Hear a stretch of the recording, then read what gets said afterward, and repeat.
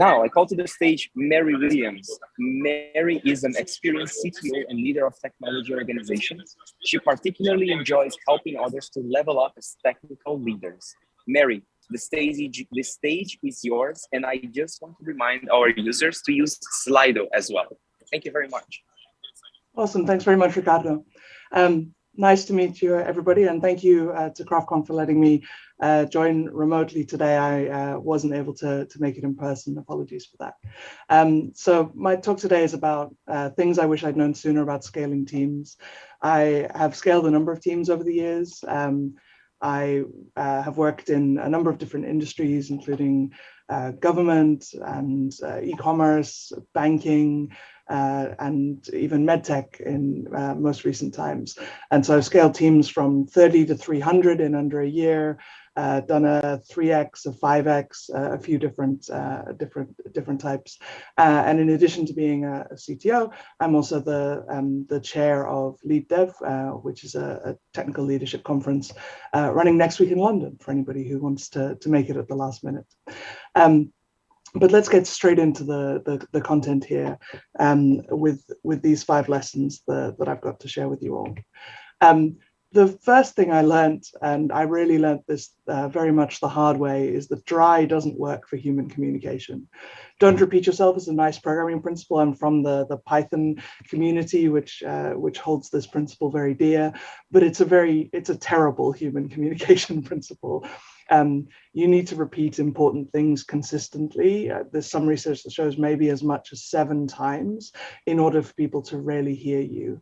And people do worry about the things that they don't know, the things that might not have been said to them, the things they think are going on that nobody's telling them about.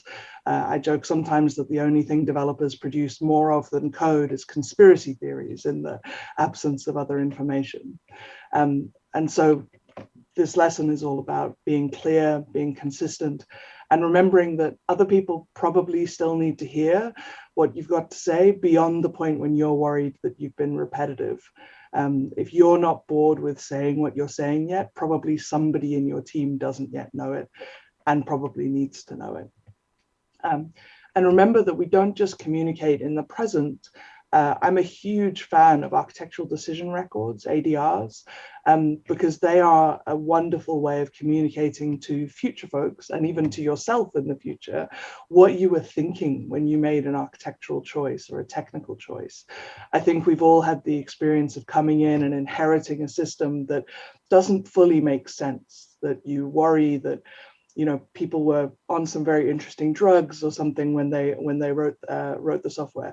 I've worked on systems so legacy that they're probably would be called vintage. I've worked on systems older than I am, mainframes and things like that. And I've come to the conclusion that usually everybody did the best they could in the situation they were in. And if something seems weird or seems inexplicable, it's usually that we lack some context rather than that they were actually being terrible at their jobs.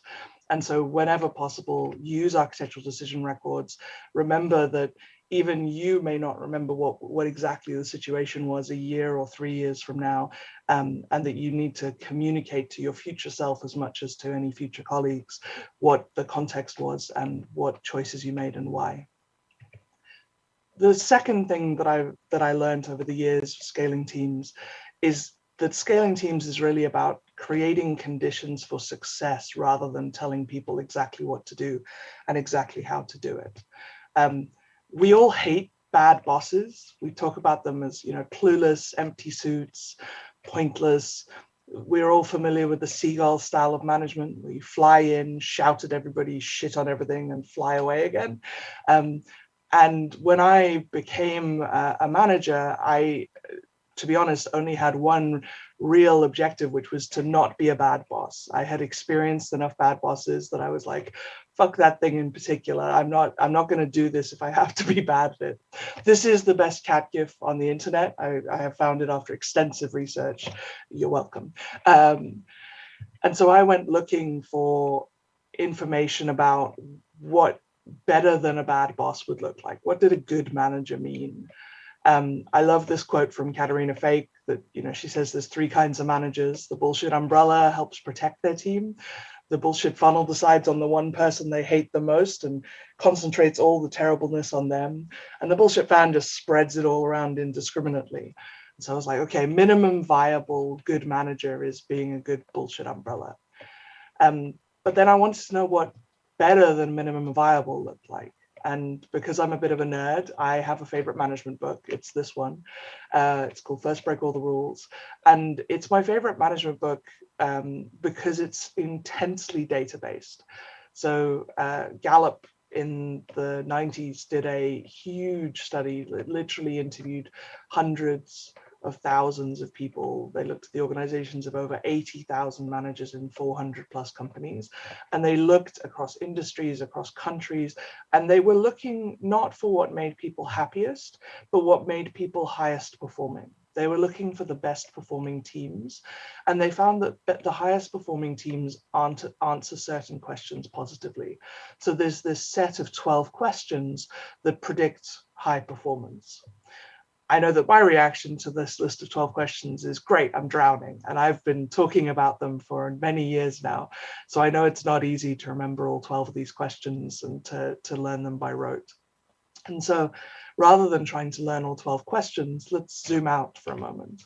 I imagine some of you have read Dan Pink's book Drive, where he basically went and looked at modern psychology's understanding of what motivates us. So what makes you get up on a Monday morning excited to go to work, not just, you know, willing to drag your feet and make your way to your home office or your actual office, depending on how you're working post-pandemic.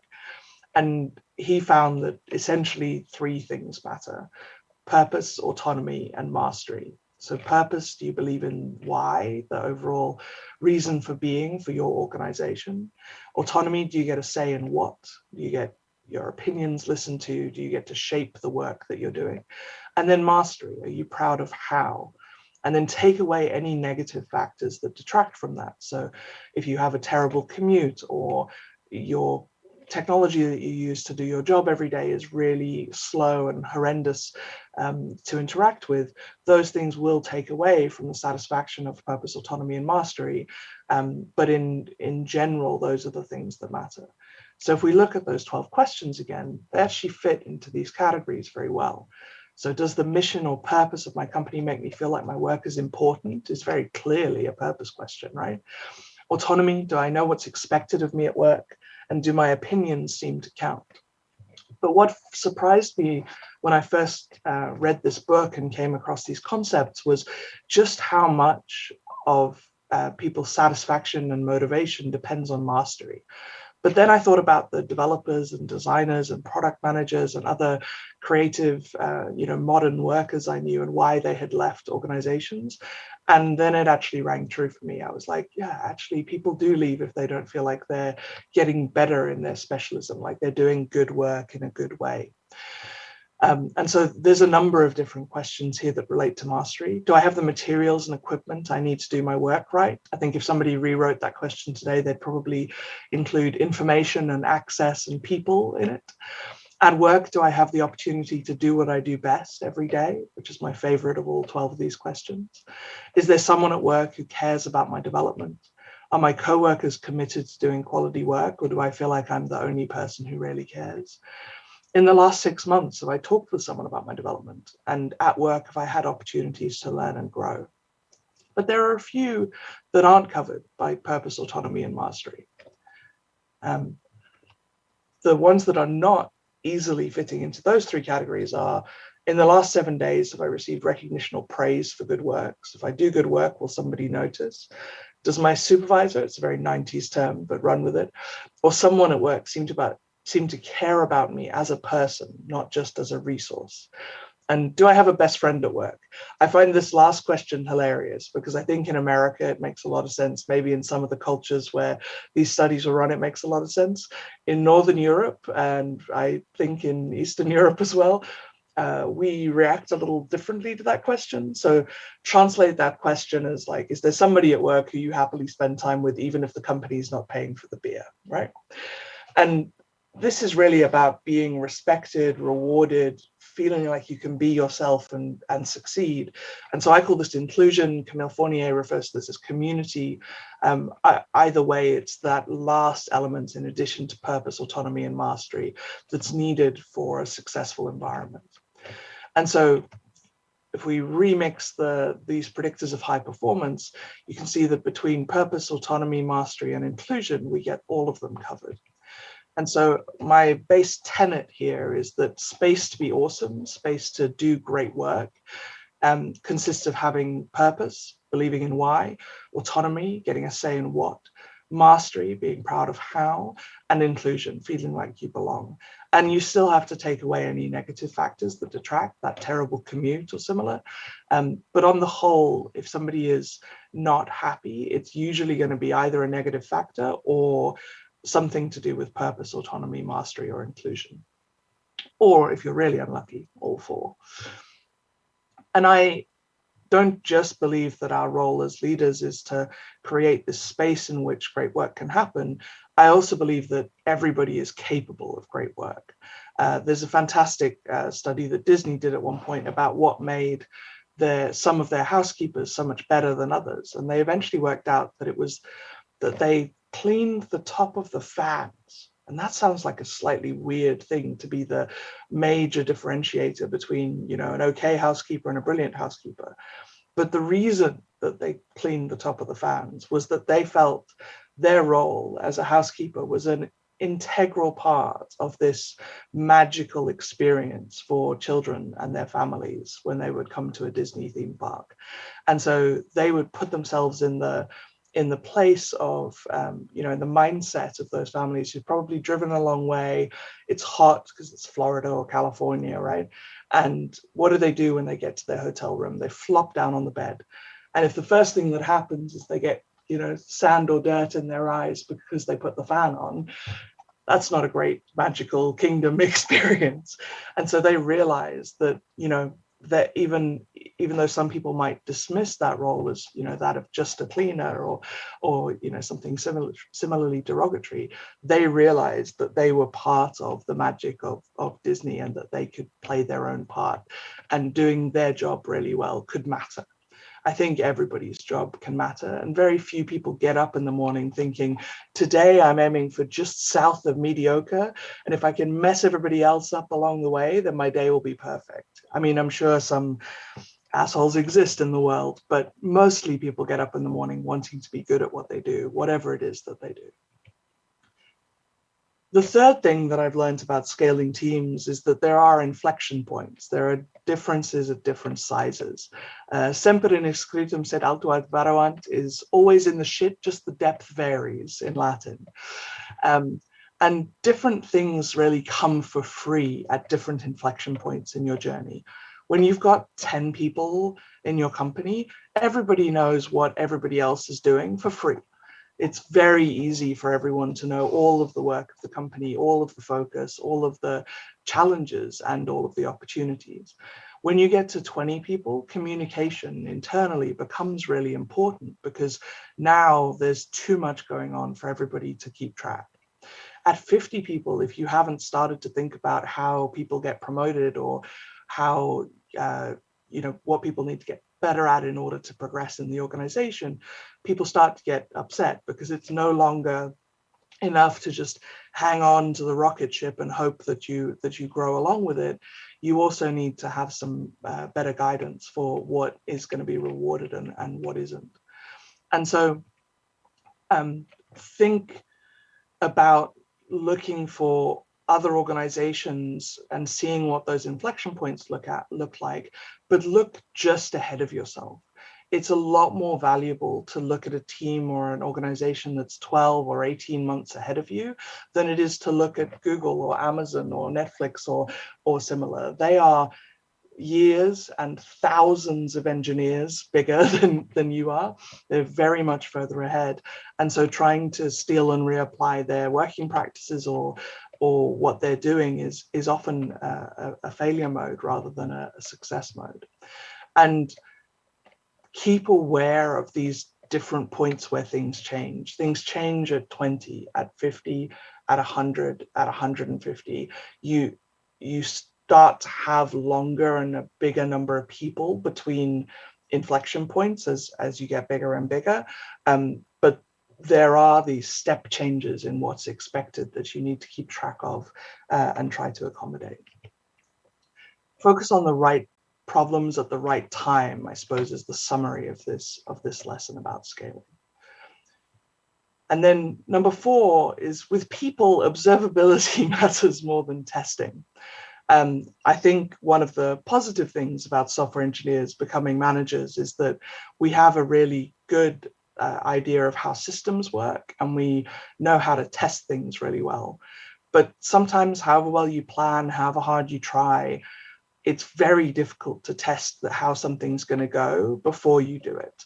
You can do a pilot program, but the fact that it's a pilot program of your difference in, I don't know, your review process or how you're going to manage work in the team or anything else, the fact that you're piloting it, you're doing it with a smaller group, changes how the impact works, just because the circumstances are different than when everybody is changing their process to work that way. And our impact might not always equal our intent. And so rather than trying to test ahead of time, also think about how will you know whether your intention and your impact are matching up afterwards. So how do you measure with people-related things, whether it's working the way that you want it to, whether this process is making things better or worse, whether people are becoming more motivated or less by the change that you've made. There's a number of different ways to keep track of the impact that you're having. You can run different retros. This is a fantastic talk from Jessie Link, who's a VP of Eng at Twitter, all about how she used a number of different retrospective styles with her organization over time. There's a link there to the YouTube video if you want to watch it. We, I think, are all familiar with Spotify's kind of squad measurement as they talk about it. It's a very good approach to just keeping track of whether things are going in the right direction or not. The arrows indicate whether it's getting better or worse, and the colors are a kind of overall assessment. And you can also look at things like Sam Barnes's talk, People Are Weird, I'm Weird, which is from one of the early developer conferences, where he actually has his teams define what matters to them and then assess it in every sprint to keep track of whether things are improving or getting worse. The final lesson that I want to share with you all is that culture add matters a lot more than culture fit. I think we end up talking about culture fit an awful lot. And it's fine to want people who fit with your values, but fitting with your culture just means that you're hiring more of what you've already got. The unit of delivery is the team in modern work. We don't achieve very much as individuals anymore. We achieve as teams. And so it matters a lot more what the makeup of your team is and the strengths that your total team has rather than the strengths that individuals have. The favorite of those 12 questions we talked about earlier on for me is that one about, do I have the opportunity to do what I do best every day? If you can have a team where everybody is getting to use their superpower every single day, then that's amazing. And they're much more likely to be a very, very high performing team than if you have a bunch of people who are very similar to each other. We need to stop leveling people out to being kind of equal and consistent and fundamentally mediocre, and instead focus on getting the most out of difference. There's a huge amount of research that shows that diverse teams outperform homogeneous teams. They are harder, they are more challenging to lead, but they are so much higher performing. And we need that shift in perspective, right? We need to realize that it's not about having everybody be exactly the same shape and size as each other. It's about making sure that we're getting the most out of those differences. We're not interchangeable resource units. And if anybody calls you a resource, I suggest calling them overhead until they stop it. We're colors or flavors. We're better in complement or in concert with each other than we are individually. The Avengers are an amazing team because they have different superpowers and they use them in combination and in concert in a really amazing way. So even though I would watch the hell out of a Seven Hulks movie, the Avengers are much more interesting because of their differences. If we think of this as more about casting than anything else, take every individual in your team, look at them and think, what are they really outstanding at? What are they better than everybody else at? And how can this team benefit from that? How will they add to the team, add to the culture by using their superpower every single day? And how do we assemble great teams with complementary abilities? Think about what capabilities your total team needs to have, rather than trying to work at the individual level, work at the team level, thinking about strengths and weaknesses and opportunities. I'm a huge fan of this movie as well, Ghostbusters 2016, again, because they're a team that are very different and have extremely different skill sets, but still work together very effectively. If you haven't watched this yet, I highly recommend it. And part of making sure that you can have people who are quite different to each other and get some advantage out of that difference is that you need to craft inclusive environments. And this is a model I've developed over the years that I found to be very useful. It's 3 questions that I think people are asking themselves, whether it's consciously or subconsciously. They're asking, am I expected here? Is someone like me even expected to be in this place? If I'm here, am I respected? Am I going to be treated like an equal, or am I going to be treated like a stereotype, or like someone subhuman because I'm different to everybody else? And then lastly, can I be myself and be successful, or am I going to have to pretend to be something I'm not in order to succeed?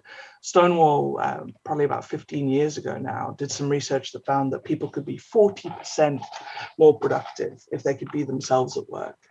That means that if you're having to hide who you are at work, you're having to tone yourself down or hide some of your communication or change how you operate, how you act, you're wasting so much energy that could otherwise be put into the work. And so think about whether a wide variety of people could say to you that they were expected, they felt like someone like them was expected to be in the organization. So for instance, if you're a practicing Muslim, is there a prayer room for you to use? If you're someone in a wheelchair, I'm in a wheelchair sometimes, I'm on crutches sometimes, I can walk sometimes. Is it clear how you get around if you can't walk in the office? Is it even possible to get around in the office if you can't walk? I've been in a number of offices where that's not the case. Do people treat you badly because you're different, or do they view difference as a positive thing that can be an advantage for the team? And do you have to make yourself smaller, make yourself fit in order to be accepted in a team? Or is it possible to be all of who you are and that be a positive rather than a negative? And so in summary, here are the 5 things I wish I'd realized sooner about scaling teams. I'd have had a much less stressful time over the last decade scaling teams if I had known this earlier. Dry doesn't work for human communication. Repeat what you're saying, be consistent in the words you use and choose. You need to talk about 7 or more times about the same thing for people to really get it. And remember that architectural decision records are really worth investing in. Scaling teams is about creating the conditions for success. So think about whether the purpose of the organization is clear, whether people have enough autonomy so that they feel listened to and that they can contribute to framing and shaping the work. Do they have mastery? They feel like they're getting better at how they do things. And then do they have inclusion? Do they feel like they can be themselves and be successful? Be aware that these inflection points exist, focus on the right problems at the right time, and borrow solutions from folks who are facing your problems. They're probably only 12 to 18 months ahead of you. They're very unlikely to be the massive organizations that we hear about and talk about so much, unless you are a massive organization that's only 12 or 18 months behind them in terms of growth of your team. Remember that with people, observability matters more than testing. So use tactics to check whether your impact's matching your intent and adjust. And retros are a really good thing to invest in knowing a lot about in order to do this well. And then finally, remember that culture add matters a lot more than culture fit. cultivate inclusion, and you'll outperform those homogenous teams that still exist every damn day. Any questions at all? Ricardo, I think you're going to help me hear the questions from the audience, right? Yes, thank you very much, Meri. It was super amazing, this talk. I personally love the topic. Leadership and management of teams is something that is super important for me. I think that the connections you made with the pop culture that we have nowadays is simply brilliant. I love it. From our audience, I would encourage you to, if you have questions, go to Slido and send your questions there. I am with my phone here, and I already have 2 questions. So, Meri, Dominic is asking, do you have a good book recommendation for scaling from 10 to 50 people? So actually, the First Break All the Rules book is pretty good from that perspective, because it gives you the foundations of what you need. Beyond that, though, not a lot of people have written about the 10 to 50 scaling inflection point. You can read about Netflix's journey and Google's journey, but they're all into the thousands now. So I'd actually recommend finding some companies you respect that are at 50 and going and talking to them. Many people are very open to sharing their journey and sharing what they've experienced. Just be really clear what you want to ask about, and be respectful of their time, and they'll definitely help you. The key things that I've seen be challenging between 10 and 50 is internal communication and clarity on how people kind of get promoted and develop, because at 10 people get promoted and develop just by picking up more and more and more work. Between 10 just and by being there, specialize. Yeah, exactly, just by being there. Between 10 and 50 people start to specialize a bit more, and by specializing you then need to be a little clearer what matters the most. I hope that helps, Dominic. Thank you, Dom. And actually, Dominic asked a second question. Should you use an external scaling consultant, or can everybody learn by doing to scale from 10 to 50 or 100 people? I think you can learn a lot yourself, and some of your challenges will be unique to your own company. I obviously act as a scaling consultant sometimes, so I wouldn't say that we're all completely useless or anything like that. I think we can be quite helpful. But from 10 to 50, you'll probably learn more by finding some companies who are just ahead of you and talking to them than you will from any kind of scaling consultant, because scaling consultants tend to focus on the larger end, the 100 to many hundreds kind of end of things, rather than so early on. If you're an early stage startup, what's often worth doing is reaching out to other people who've been invested in by the same seed or Series A or similar investors that you've got. Or if you are bootstrapping, it can be useful to find other organizations that are bootstrapping, but it can also be useful to just look at some of the companies that are in the news for getting seed funding and go talk to them. They're very often open to having a discussion, and almost everybody is figuring this out as they go. With there's almost every founder is a first-time founder. And so they're often figuring this out as they go, but they are willing to share information with you and with each other. Yes, I had also my fair share of consulting startups, and when you have a super small startup that is only the founders and a few other fools, if you want to say it like that, having a consultant kind of takes away some budget that you don't have. So I would say, consult with other people that are in the same level as you, or find a mentor that is good doing some pro bono work. Once you have some more budget, I totally recommend having a consultant. Is extremely important and super helpful. But if you're not in that level right now, you have to decide actually if you're in that level. Anyway, Meri, Lars is asking us, what are your recommendations on how to do architectural decision records? So there's an excellent talk from Lead Dev New York a couple of years ago that I highly recommend. That's a good discussion of how to use these.